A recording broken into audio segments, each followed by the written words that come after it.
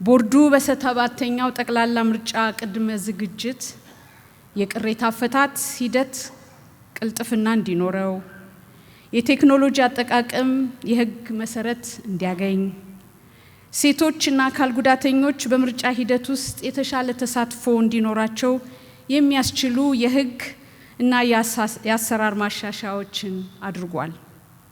በተለይም የሴቶች የፖለቲካ ተሳትፎን ከማበረታታት በተጨማሪ ቦርዱ በዕለት ስራው በሁሉም የተቋሙ ፖሊሲዎች አካታችነት ዋና መርህ በማድረግ ሰርቷል። በተቋሙ ቦርድ ስራውን በሚሰራባቸው አካባቢዎች እና በተቋሙ ውስጥ ሁሉ የሚፈጸሙ ማንኛውም ጾታዊ ጥቃትና ትንኮሳን መከላከያ ፖሊሲ አንቲ ሴክሹዋል ሃራስመንት ተግባራዊ አድርጓል። ለመጀመሪያ ጊዜ በአገራችን በተቀናጀ መልኩ የሚሰራ በምርጫ ወቅት በሴቶች ላይ የሚደርስ ጥቃትን መከላከልና ምላሽ መስጠት የስራ መመሪያ አዘጋጅቶ ከባለድርሻ አካላት ጋር በመሆን አስፈጻሚ ግብረ ኃይል አቋቁሟል። ቦርዱ ለመጀመሪያ ጊዜ የዲጂታል የእጩዎችና የመራጮች ምዝገባ ስርዓትን ተግባራዊ በማድረግ ቋሚ የመራጮች መታወቂያ ቁጥር እንዲኖራቸው አድርጓል። እነዚህ የተጀመሩ የዲጂታል ምዝገባ ስርዓቶች ለመጀመሪያ ጊዜ ተግባራዊ በመደረጋቸው የተለያዩ ውስንነቶች ቢኖራቸውም ሀገራችን የምርጫ አስተዳደር ወደ ዘመናዊነት የሚያሸጋግሩ የመጀመሪያ እርምጃዎች ናቸው። ከሁሉም በላይ እነዚህ የዲጂታል የምዝገባ ስርዓቶች በውጭ አገር አገልግሎት አቅራቢ ድርጅቶች የለሙ ሳይሆን በራሳችን ወጣት ኢትዮጵያውያን የቴክኖሎጂ ባለሙያዎች የተገነቡ ናቸው። ይህም ተቋሙን ከቬንደር ሎክ ነፃ በማድረግ በራሱ አቁም እንዲቆምና ለወደፊቱ ማሻሻያዎችን በራሱ እንዲያከናውን መሰረት ጥሏል። በዲጂታል መራጮች ምዝገባ ከ5 ሚሊዮን በላይ ዜጎች የተመዘገቡ ሲሆን በተለይም ራስን በራስ በመራጭነት የመመዝገቡ ሂደት ዜጎች ወደ ምርጫ ጣቢያ ሳይሄዱ በነፃነት በምቹ ስፍራ ራሳቸውን ለመመዝገብ የሚያስችል ስርዓት ነው።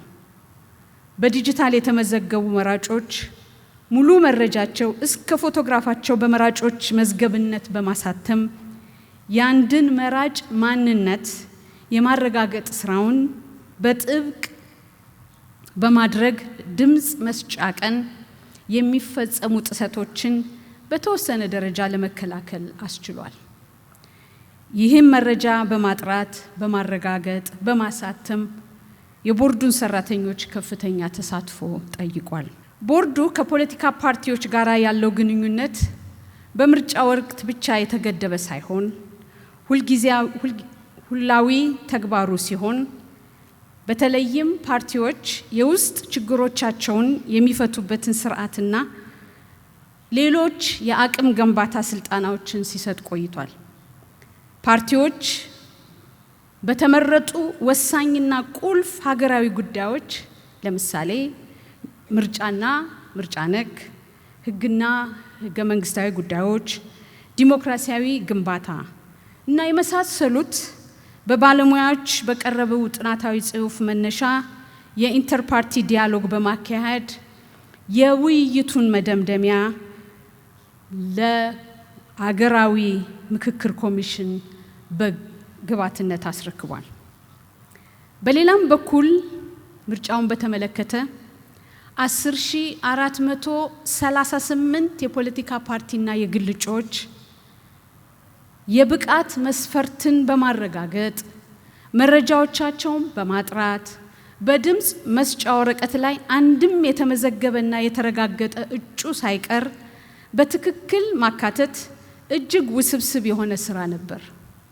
ከዚህም ባለፈ ሁሉም የተመዘገቡና ሰርቲፊኬት የተሰጣቸው እጩዎች በድምጽ መስጫ ወረቀት ላይ ያለምንም መጓደል መዛባት እንዲታተም ማድረግ በከፍተኛ የቦርዱ ባለሙያዎች ጥንቃቄና ትኩረት የተከናወነ ስራ ነው። በሎጂስቲክስ ረገድ ከ120 ሚሊዮን በላይ የድምጽ መስጫ ወረቀቶችን ማሳተም፣ ከውጭ ሀገር አጓጉዞ ማምጣት፣ መለየት፣ ማሸግ፣ ይህንንም ስራ ከድምጽ መስጫ ቀን 4 ቀን በፊት በማጠናቀቅ በማሰራጨትና ከ52,000 በላይ በሆኑ ምርጫ ጣቢያዎች ድረስ መድረሳቸውን መከታተል ሌላው ትኩረት የሚሻ ተግባር ነበር።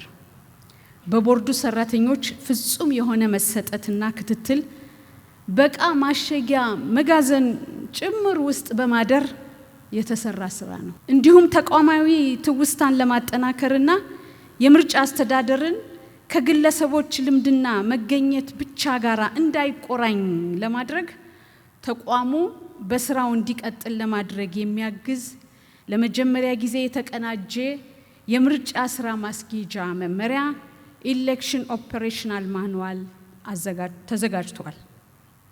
ይህ የስራ ማኑዋል የበለጠ መዳበር ያለበት ሲሆን በማንኛውም ጊዜ ማንኛውም ባለሙያ ወይም ተተኪ ሰራተኛ የምርጫ ሂደቱን በግልጽና በተቋማዊ መንገድ እንዲመራ ያግዛል፣ ያስችላል።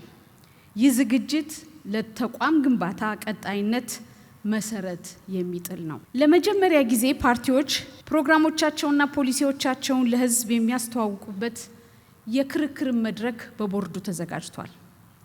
ከዚህ ቀደም እንደነዚህ አይነት መድረኮች በተለያዩ ተቋማት የሚዘጋጅ ቢሆንም የኢትዮጵያ ብሔራዊ ምርጫ ቦርድ የተለያዩ ባለሙያዎችን በማሰባሰብ ለፓርቲዎች የክርክር ስልትን በስልጠና መንገድ በመስጠት የሙከራ ክርክር እንዲያደርጉ በማድረግ በመጨረሻም ደግሞ ለኢትዮጵያ ህዝብ ለመራጩ ፖሊሲዎቻቸውን ፕሮግራሞቻቸውን በመገናኛ ብዙሃን በክርክር መንገድ እንዲያቀርቡ ከፍተኛ እገዛ አድርጓል። ይህ ተግባር የበለጠ ተጠናክሮና ጥሩ አደረጃጀት እንዲኖረው አድርጎ ማስቀጠል የሚገባ ሲሆን ፓርቲዎች በመድረኩ በመጠቀም ከምርጫ ወቅት ውጭ ጭምር ራሳቸውንና ፕሮግራሞቻቸውን ለህዝብ የሚያስተዋውቁበት አማራጭ ይሰጣል።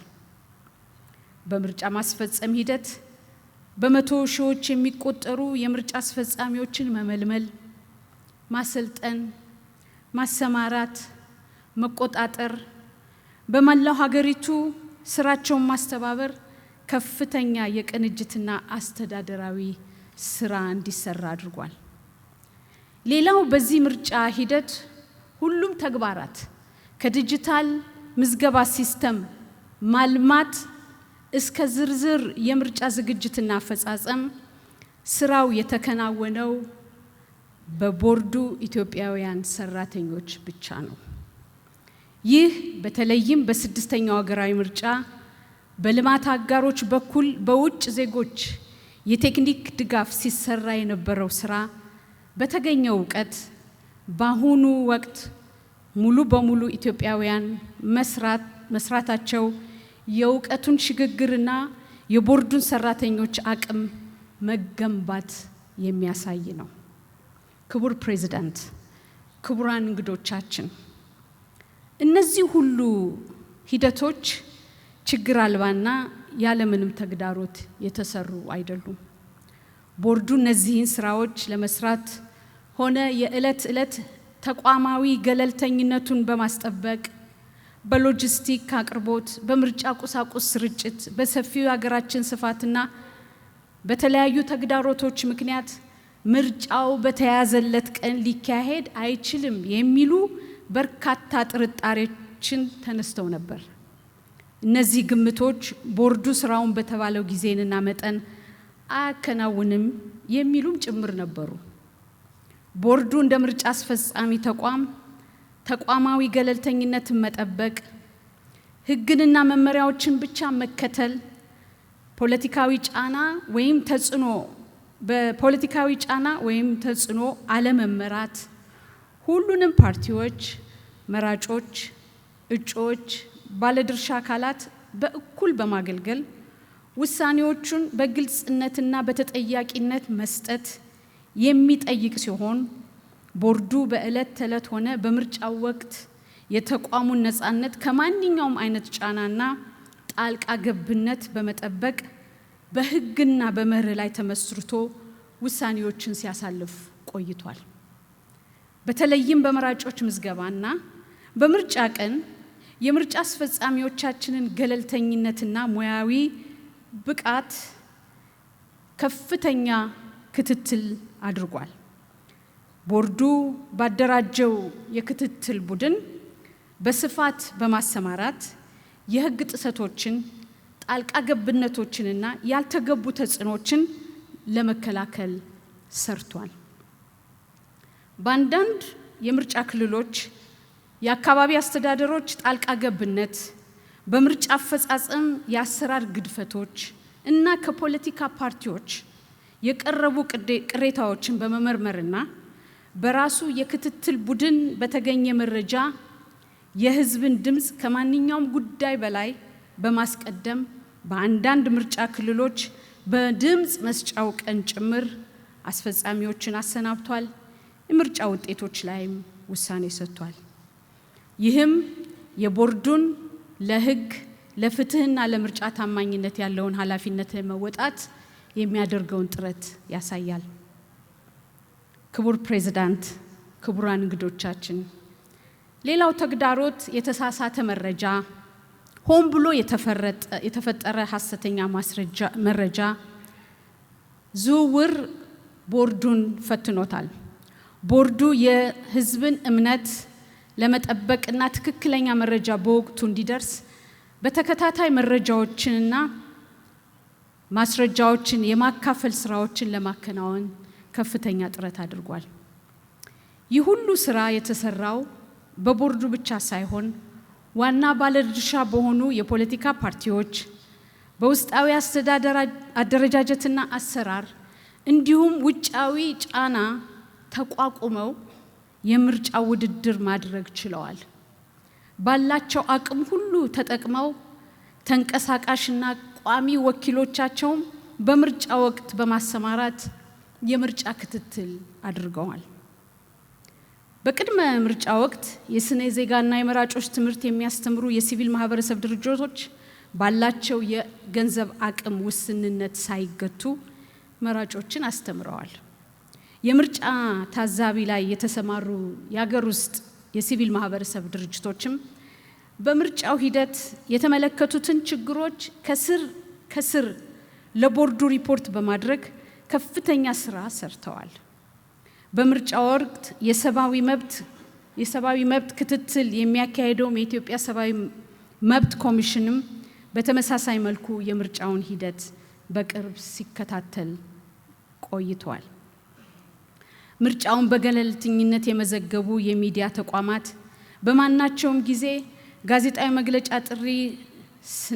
ለጋዜጣዊ መግለጫ ጥሪ ስናቀርብ ቀድመው በመገኘት በመዘገብ የማብራሪያ ጥያቄ በማቅረብ ምርጫን ለመዘገብ በሄዱበት ቦታዎች ሁሉ ያዩትን ክፍተት በመጠቆም ተቋማዊ ግዴታቸውን ተወጥተዋል።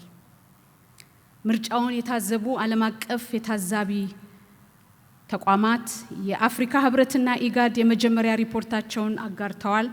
በቀጣይ የመጨረሻ ሪፖርታቸውንም የምንጠብቅ ይሆናል። በአዲስ አበባ የሚገኙ አምባሳደሮች፣ የዓለም አቀፍ ድርጅቶች መሪዎችና ዲፕሎማቲክ ማህበረሰቦች በተለያዩ የምርጫ ጣቢያዎች በመዘዋወር በድምፅ አሰጣጥ ሂደቱን የተመለከቱ ሲሆን በድምፅ መስጫ ቀን በተዘጋጀው የቦርዱ ሁነት መከታተያና ምላሽ መስጫ ማዕከልም ተገኝተው ጎብኝተዋል። ዛሬ እንግዲህ ይህን ሁሉ አልፈን የሰባተኛውን ጠቅላላ ምርጫ ውጤት ይፋ ለማድረግ ደርሰናል። እዚህ ላይ አጽንዖት ሰጥቼ በአክብሮት ለመግለጽ የምወደው ይህ የአንድ ተቋም ወይም የጥቂት ሰዎች ወይም የጥቂት ግለሰቦች ስኬት አይደለም።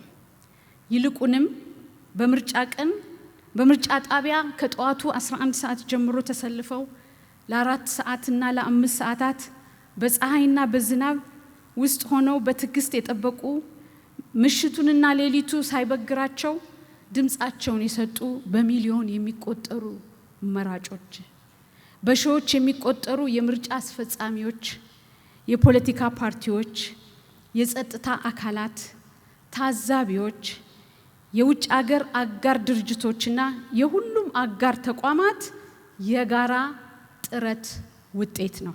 በሩቅና ተደራሽነቱ አስቸጋሪ በሆኑ አካባቢዎች የምርጫ ቁሳቁሶችን በእግር፣ በእንስሳት ጀርባ፣ በጀልባና በተለያዩ የማጓጓዣ ዘዴዎች በማጓጓዝ ያገለገሉ የምርጫ አስፈጻሚዎች ወንዞችን ለመሻገር የራሳቸውን የፕላስቲክ ጀልባ ሰርተው ምርጫውን አስፈጽመዋል።